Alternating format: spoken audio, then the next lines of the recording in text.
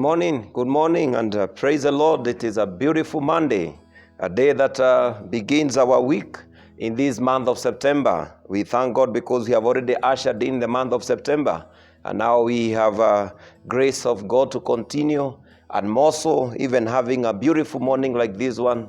It is always a gift of God to be included in another new day. May the Lord bless you for tuning in, even to catch up with the Word of God. It is always a blessing to make the Word of God the light of our feet, and we are very grateful. Let us pray together, even as we share the Word of God. Heavenly Father, we thank you for the opportunity to be alive, the opportunity to listen and to behold of your Word, the opportunity even to be able to have communion with you, even through prayer and through interaction with your Word. We pray that this day and this week we will find your favor and blessing. The Lord, you continue to raise us from one level to the other. Gracious Father, you know our thoughts and our minds and our lives. You know even what that lies before us this week. We pray that you inspire us, strengthen us, that as we go forth and even as we meet the challenges of this week, that your blessings will be with us, that your help will be present with us, that your grace will be sufficient, that this week will turn out to be a blessing, and we're going to fulfill the purposes you have for us. In the name of the Father, Son, and the Holy Spirit. Amen. Now, brethren, it is always a blessing to be here, and I want to remind us that this month of September, we picked up on a new theme, and the theme is the theme of prayer. And we have been dealing with the theme of prayer. Last week, you remember, we started with the introduction, and we also went through understanding what is prayer. What is prayer? And we say that prayer is a means in which we receive God's blessings, God's favor, God's inspiration, God's revelation, God's deliverance, God's healing, and all these very many things that you are able to go through understanding in a practical way what prayer is. And one of the things that I would want to remind us that is very, very important is that prayer is fellowship with God. Prayer is a communion with God. Prayer is a place of communication, a place that we hear God, a place that we talk to God, and a place that God comes through for us so that he may be able to help us and also to counsel us, encourage us, and even bring his help and his grace. And we say that prayer is a place of blessings, is a means of God's grace. And therefore, as we continue now this week, and this week we want to ask ourselves the question, why pray? Why should we pray? Now, because we have learned what is prayer, now the big question is, why should we pray? And is it right for us to continue praying? Is it important for us to continue praying? And not only that, is there a must that we pray? And that's why this morning and this week, we're going to learn about why should we pray. We are going to interact with about 12 points about why we should pray. But every day, by the grace of God, I will try as much as possible that we can pick on two, so that for the next 6 days, we can be able to cover it up. We know that there is so many other reasons why we should pray, but I've just picked some few that can help us to understand why we should pray. And I know that the Lord will continue to bless all of us. Now, brethren, you know, when we ask the word why always is a beckons the answer of the reason and the importance and the significance of why we are asking the question why. Now, when we talk about why we should pray, what comes to us is, what is the significance? What is the importance of prayer? Because we can only do something because of what we are getting from it. You know, we are into the world that every time people even ask, why shall I get? You know, we are living in a world that people don't even do things for them to do. The first thing they want to inquire is why. Why should we go there? Why should we be part of what is being done? Why should I invest my money there? Why should I invest my time there? Why should we even be able to be part and parcel of what is done by people, by a particular person or institution or any organization? You know why? Because of the significance, the importance, the reason in which and that we are getting, or also the importance, or even maybe what we are getting and the value we are getting for whatever we are doing. And for that reason, I would just want to remind us that one of the greatest reasons why we should pray, even if I will say all the other things, one of the greatest reasons why we should pray, it is because we love God. Do you know what? The greatest commandment, which Jesus was able to summarize into two, he said, that we should love the Lord our God with all our heart, with all our minds, with all our souls, and with all our strength. And he said, and the commandment is as equal as that we should also love our neighbors, love our brothers and sisters as we love ourselves. You know, brethren, the greatest reason why we should pray is because we love God. You know, anyone that we love, we would wish to have time with them.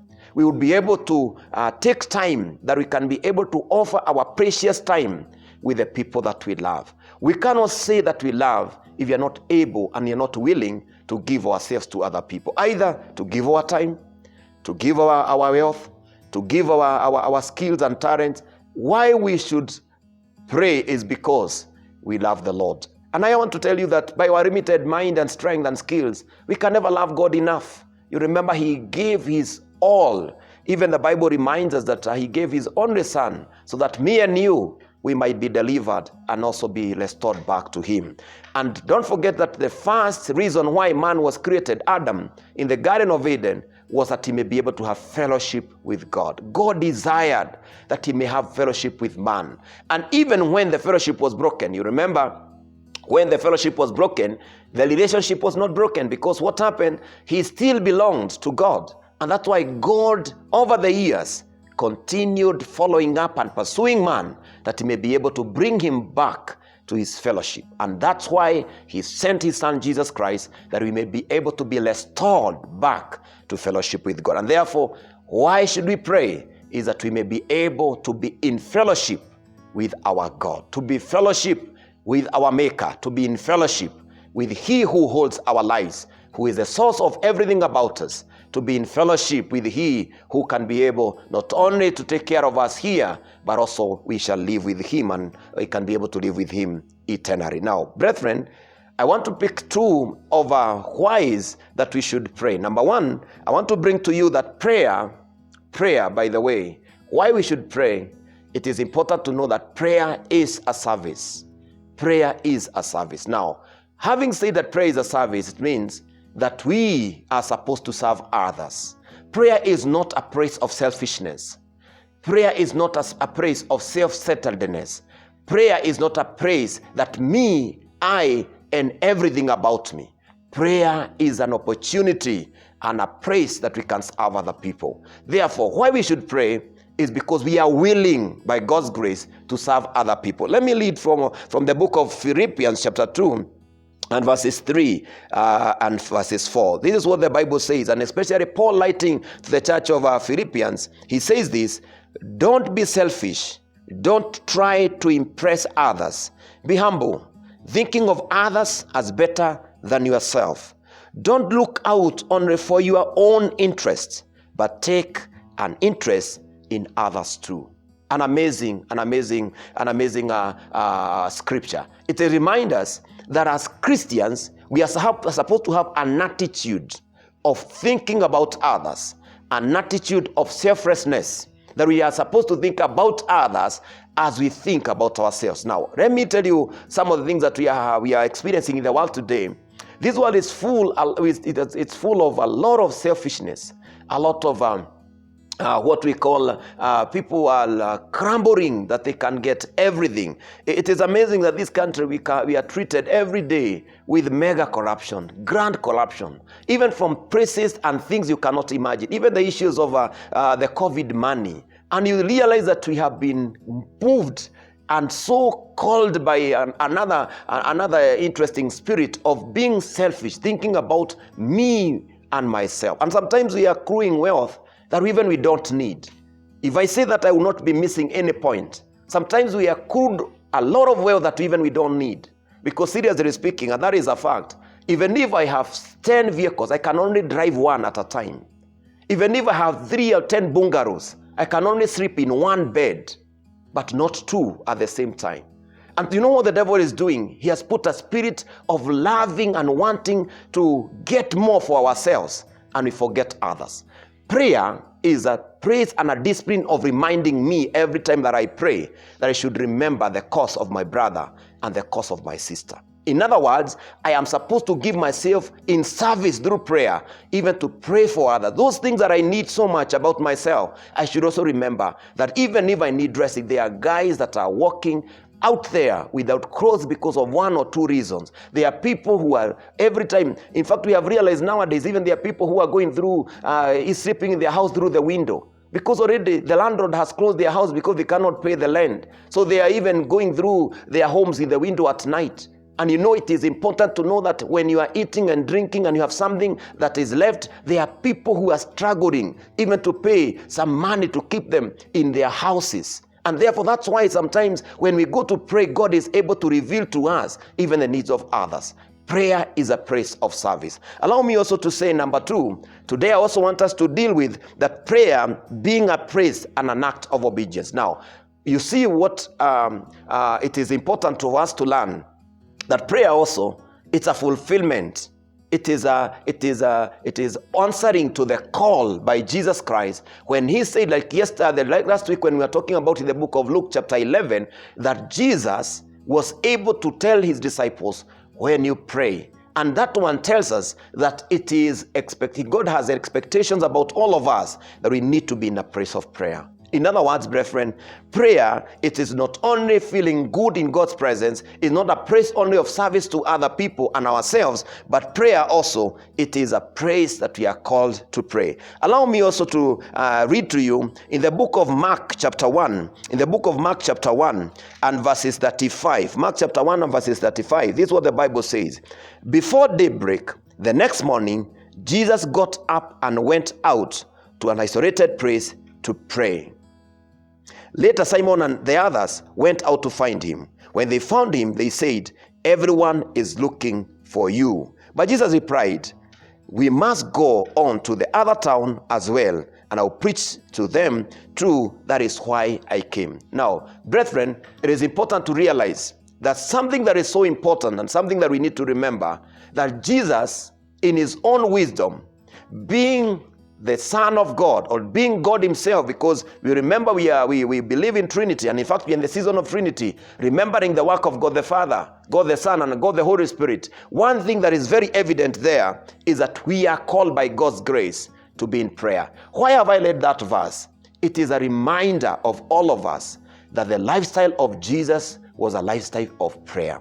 Very early in the morning before he started his business, one of the things that he did as a culture was going before God to pray. And when we talk about going to pray, he went to have fellowship with his Father. He went to have fellowship with his Father, that he may be able to receive insight, guidance, counsel, that he will be able to talk to God about the things he desired, that that God would allow him and enable him to do in the course of the day. And you know why? Because we cannot be able to live this life without God being involved in our lives. Allow me to tell you, brethren, I've learned that one of the things that we need to remember, why we pray, prayer is an acknowledgement of the inability that we have, anchoring to the ability that God has. In other words, it's acknowledging, why we pray is we acknowledging we cannot do it alone. We cannot do it with our strength. It is not possible for us to stand. In other words, we are shedding away the spirit of independence, and we are able to lay ourselves into an attitude of dependence on God. And therefore, prayer, why we should pray, it is always acknowledging that we cannot do without God. That's why it is a call that we obey, the obedience of putting God where he belongs. In other words, being the anchor, being the center that holds our lives. Not only that God becoming the person that we are able to hold our all in all. And therefore, when we submit to him in acknowledging that he is our help and our strength, and we cannot do without him. Therefore, he is able to release his grace, his strength and wisdom, that we may be able to do what we have been called to do. Allow me also to encourage you that after Jesus, because he had taught his disciples, we also in the book of Acts see the apostles takes prayer a serious business. And I want just to read very fast in the book of Acts chapter 2. Acts chapter 2, just to remind us that how prayer became a very, very key thing in the life of the apostles. And if you read in verses 42, this is what the Bible says in verses 42, that all believers devoted themselves to the apostles' teaching and to fellowship and to sharing in meal, including the Lord's Supper, and to prayer. In other words, that they devoted themselves to those things that I've mentioned. One, they devoted themselves into teaching. Two, they were in fellowship. And number three, they were sharing meals together in fellowship, but also they were devoted to prayer. You know, prayer is not something that it can be an option. Prayer is an important part of our lives, and therefore we must obey to the call of prayer. Now, brethren, as I come to a close, I want to remind us that this morning, by God's grace, and as we start this week, let us remember by God's grace that it is important to know that prayer is a place of service, a place we go not only to serve ourselves, but to serve others. And number two, prayer is an act of obedience and submission to God. A prayer that we submit to the grace of God, and we are able totally to acknowledge that without God we cannot do. We stop being independent and feeling that if we can manage without God, and we turn to become dependent on God. May the Lord cause you to enjoy service as you pray. May the Lord cause you to have a spirit of obedience to prayer, that as we pray, the Lord may continue to strengthen us, that we may be able to fulfill his cause and even his purpose, even this morning and this week. In the name of God the Father, the Son, and the Holy Spirit. Amen.